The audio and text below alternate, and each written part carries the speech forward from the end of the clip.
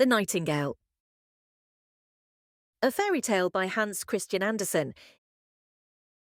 In China, the emperor is a Chinese, and all those about him are Chinamen also. The story I am going to tell you happened a great many years ago, so it is well to hear it now before it is forgotten. The emperor's palace was the most beautiful in the world. It was built entirely of porcelain and very costly, but so delicate and brittle that whoever touched it was obliged to be careful. In the garden could be seen the most singular flowers, with prit silver bells tied to them, which tinkled so that everyone who passed could not help noticing the flowers.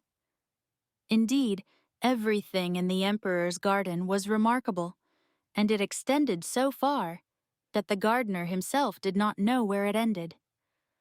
Those who traveled beyond its limits knew that there was a noble forest, with lofty trees, sloping down to the deep blue sea, and the great ships sailed under the shadow of its branches. In one of these trees lived a nightingale, who sang so beautifully that even the poor fishermen, who had so many other things to do, would stop and listen. Sometimes, when they went at night to spread their nets, they would hear her sing and say, "Oh, I'm not that beautiful." But when they returned to their fishing, they forgot the bird until the next night. Then they would hear it again and exclaim, "Oh, how beautiful is the nightingale's song!" Travelers from every country in the world came to the city of the emperor, which they admired very much, as well as the palace and gardens. But when they heard the nightingale, they all declared it to be the best of all. And the travelers, on their return home, related what they had seen, and learned men wrote books, containing descriptions of the town, the palace, and the gardens. But they did not forget the nightingale, which was really the greatest wonder. And those who could write poetry composed beautiful verses about the nightingale, who lived in a forest near the deep sea.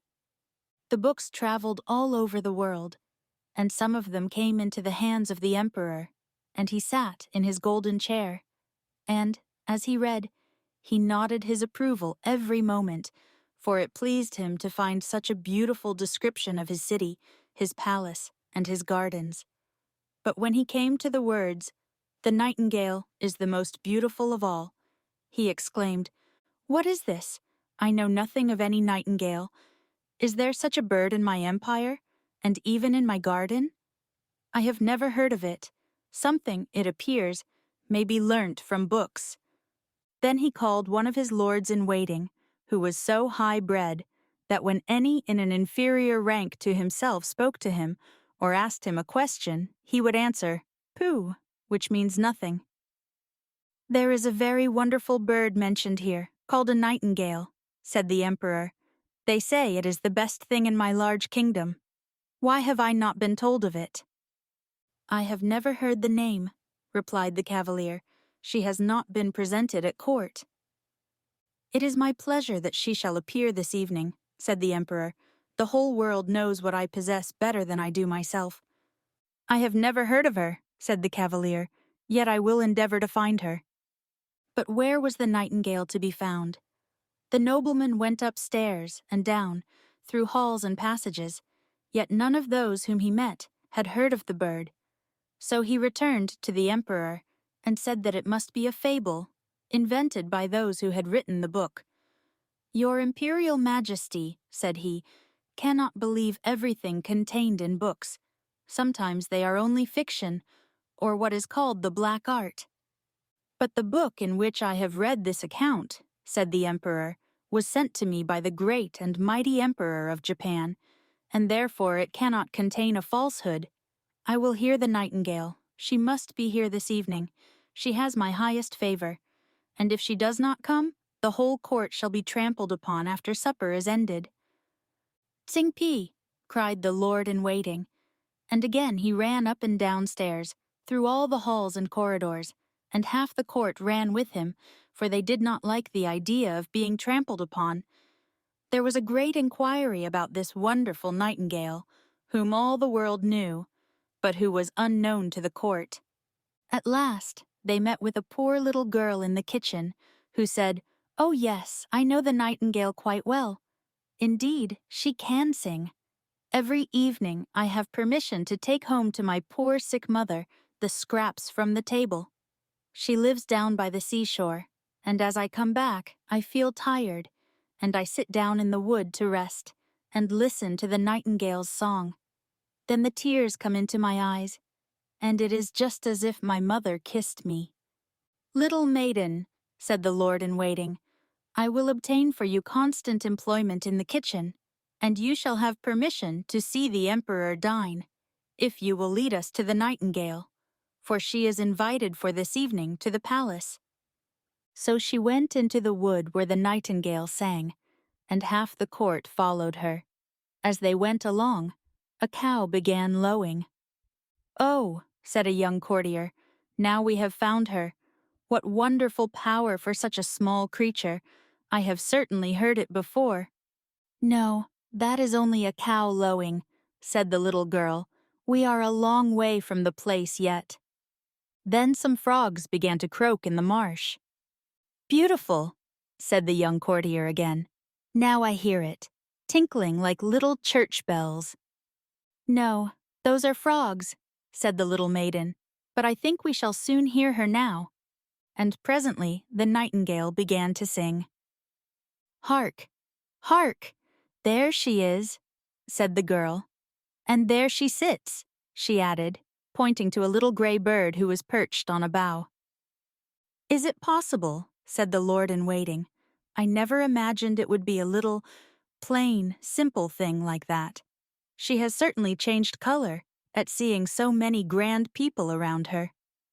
"Little nightingale," cried the girl, raising her voice, "our most gracious emperor wishes you to sing before him." "With the greatest pleasure," said the nightingale, and began to sing most delightfully. "It sounds like tiny glass bells," said the lord-in-waiting, "and see how her little throat works. It is surprising that we have never heard this before. She will be a great success at court." "Shall I sing once more before the emperor?" asked the nightingale, who thought he was present. "My excellent little nightingale," said the courtier, "I have the great pleasure of inviting you to a court festival this evening, where you will gain imperial favor by your charming song." "My song sounds best in the green wood," said the bird, but still she came willingly when she heard the emperor's wish. The palace was elegantly decorated for the occasion. The walls and floors of porcelain glittered in the light of 1,000 lamps. Beautiful flowers, round which little bells were tied, stood in the corridors. What with the running to and fro in the draught, these bells tinkled so loudly that no one could speak to be heard. In the center of the great hall, a golden perch had been fixed for the nightingale to sit on. The whole court was present, and the little kitchen maid had received permission to stand by the door. She was not installed as a real court cook. All were in full dress, and every eye was turned to the little gray bird when the emperor nodded to her to begin. The nightingale sang so sweetly that the tears came into the emperor's eyes, and then rolled down his cheeks, as her song became still more touching and went to everyone's heart. The emperor was so delighted that he declared the nightingale should have his gold slipper to wear round her neck, but she declined the honor with thanks. She had been sufficiently rewarded already. "I have seen tears in an emperor's eyes," she said.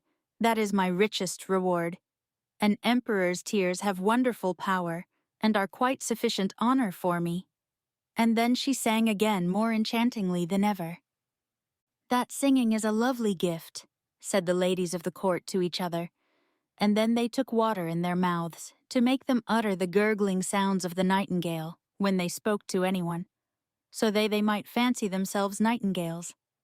And the footmen and chambermaids also expressed their satisfaction, which is saying a great deal, for they are very difficult to please. In fact, the nightingale's visit was most successful. She was now to remain at court, to have her own cage, with liberty to go out twice a day, and once during the night. 12 servants were appointed to attend her on these occasions, who each held her by a silken string fastened to her leg. There was certainly not much pleasure in this kind of flying. The whole city spoke of the wonderful bird, and when two people met, one said Nightin, and the other said Gale, and they understood what was meant, for nothing else was talked of. 11 peddlers' children were named after her, but not of them could sing a note. One day, the emperor received a large packet, on which was written, "The Nightingale." "Here is no doubt a new book about our celebrated bird," said the emperor. But instead of a book, it was a work of art contained in a casket, an artificial nightingale made to look like a living one, and covered all over with diamonds, rubies, and sapphires. As soon as the artificial bird was wound up, it could sing like the real one, and could move its tail up and down, which sparkled with silver and gold. Round its neck hung a piece of ribbon, on which was written, "The Emperor of China's nightingale is poor compared with that of the Emperor of Japan's." "This is very beautiful," exclaimed all who saw it, and he who had brought the artificial bird received the title of Imperial Nightingale Bringer-in-Chief. "Now they must sing together," said the court, "and what a duet it will be." But they did not get on well, for the real nightingale sang in its own natural way, but the artificial bird sang only waltzes. "That is not a fault," said the music master. "It is quite perfect to my taste." So then it had to sing alone, and was as successful as the real bird. Besides, it was so much prettier to look at, for it sparkled like bracelets and breastpins. 33 times did it sing the same tunes without being tired. The people would gladly have heard it again. But the emperor said the living nightingale ought to sing something. But where was she? No one had noticed her when she flew out at the open window, back to her own green woods. "What strange conduct," said the emperor, when her flight had been discovered, and all the courtiers blamed her, and said she was a very ungrateful creature. "But we have the best bird after all," said one. And then they would have the bird sing again, although it was the 34th time they had listened to the same piece, and even then they had not learnt it, for it was rather difficult. But the music master praised the bird in the highest degree, and even asserted that it was better than a real nightingale, not only in its dress and the beautiful diamonds, but also in its musical power. For you must perceive, my chief lord and emperor, that with a real nightingale we can never tell what is going to be sung. But with this bird everything is settled. It can be opened and explained, so that people may understand how the waltzes are formed and why one note follows upon another." "This is exactly what we think," they all replied. And then the music master received permission to exhibit the bird to the people on the following Sunday, and the emperor commanded that they should be present to hear it sing. When they heard it, they were like people intoxicated. However, it must have been with drinking tea, which is quite a Chinese custom. They all said, "Oh," and held up their forefingers and nodded, but a poor fisherman, who had heard the real nightingale, said, "It sounds prettily enough, and the melodies are all alike, yet there seems something wanting. I cannot exactly tell what." And after this, the real nightingale was banished from the empire. The artificial bird was placed on a silk cushion close to the emperor's bed. The presents of gold and precious stones which had been received with it were round the bird, and it was now advanced to the title of Little Imperial Toilet Singer, and to the rank of number 1 on the left hand, for the emperor considered the left side, on which the heart lies, as the most noble, and the heart of an emperor is in the same place as that of other people.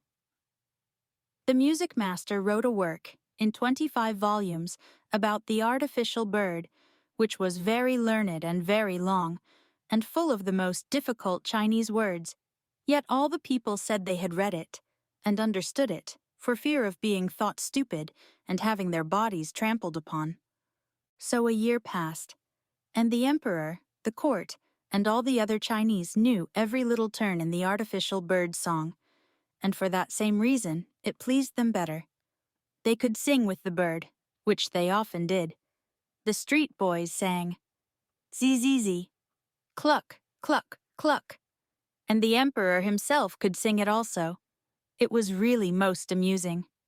One evening, when the artificial bird was singing its best, and the emperor lay in bed listening to it, something inside the bird sounded whiz. Then a spring cracked.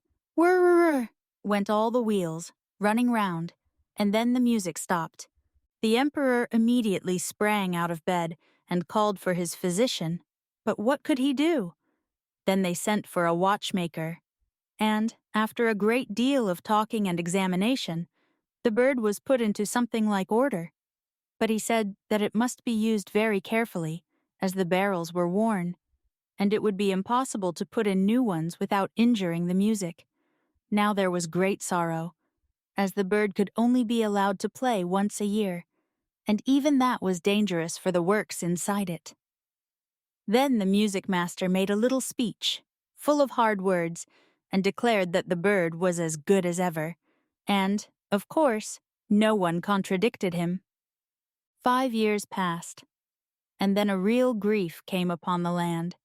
The Chinese really were fond of their emperor, and he now lay so ill that he was not expected to live. Already a new emperor had been chosen, and the people who stood in the street asked the lord-in-waiting how the old emperor was. But he only said, "Pooh," and shook his head. Cold and pale lay the emperor in his royal bed. The whole court thought he was dead, and everyone ran away to pay homage to his successor. The chamberlains went out to have a talk on the matter, and the ladies' maids invited company to take coffee. Cloth had been laid down on the halls and passages so that not a footstep should be heard, and all was silent and still. But the emperor was not yet dead, although he lay white and stiff on his gorgeous bed, with the long velvet curtains and heavy gold tassels. A window stood open, and the moon shone in upon the emperor and the artificial bird. The poor emperor, finding he could scarcely breathe with a strange weight on his chest, opened his eyes and saw Death sitting there. He had put on the emperor's golden crown, and held in one hand his sword of state, and in the other his beautiful banner. All around the bed, and peeping through the long velvet curtains, were a number of strange heads, some very ugly, and others lovely and gentle-looking. These were the emperor's good and bad deeds, which stared him in the face now Death sat at his heart. "Do you remember this? Do you recollect that?" they asked one after another, thus bringing to his remembrance circumstances that made the perspiration stand on his brow. "I know nothing about it," said the emperor. "Music! Music!" he cried. "The large Chinese drum, that I may not hear what they say." But they still went on, and Death nodded like a Chinaman to all they said. "Music! Music!" shouted the emperor. "You little precious golden bird, sing, pray sing. I have given you gold and costly presents. I have even hung my golden slipper round your neck. Sing, sing." But the bird remained silent.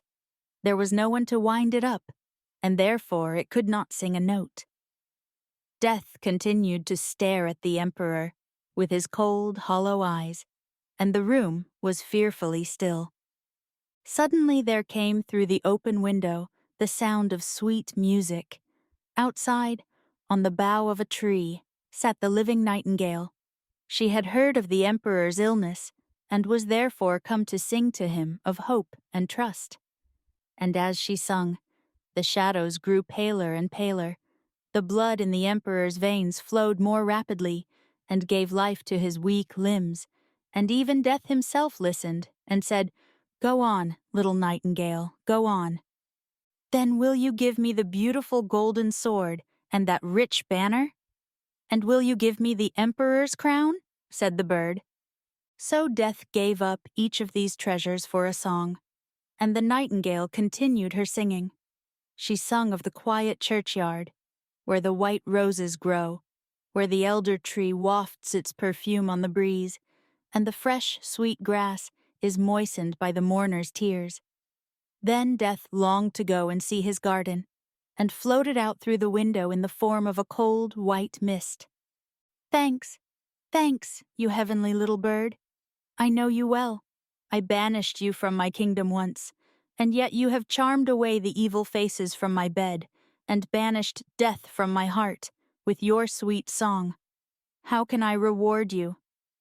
You have already rewarded me, said the nightingale. I shall never forget that I drew tears from your eyes the first time I sang to you. These are the jewels that rejoice a singer's heart. But now, sleep, and grow strong and well again. I will sing to you again. And as she sung, the emperor fell into a sweet sleep, and how mild and refreshing that slumber was. When he awoke, strengthened and restored, the sun shone brightly through the window, but not one of his servants had returned. They all believed he was dead. Only the nightingale still sat beside him and sang. You must always remain with me, said the emperor. You shall sing only when it pleases you, and I will break the artificial bird into 1,000 pieces. No, do not do that, replied the nightingale. The bird did very well as long as it could. Keep it here still. I cannot live in the palace and build my nest, but let me come when I like. I will sit on a bough outside your window in the evening and sing to you, so that you may be happy and have thoughts full of joy. I will sing to you of those who are happy and those who suffer, of the good and the evil who are hidden around you. The little singing bird flies far from you and your court to the home of the fisherman and the peasant's cot. I love your heart better than your crown, and yet something holy lingers round that also. I will come, I will sing to you, but you must promise me one thing. Everything, said the emperor, who, having dressed himself in his imperial robes, stood with the hand that held the heavy golden sword pressed to his heart. I only ask one thing, she replied. Let no one know that you have a little bird who tells you everything. It will be best to conceal it. So saying, the nightingale flew away. The servants now came in to look after the dead emperor, when, lo, there he stood, and to their astonishment said, Good morning.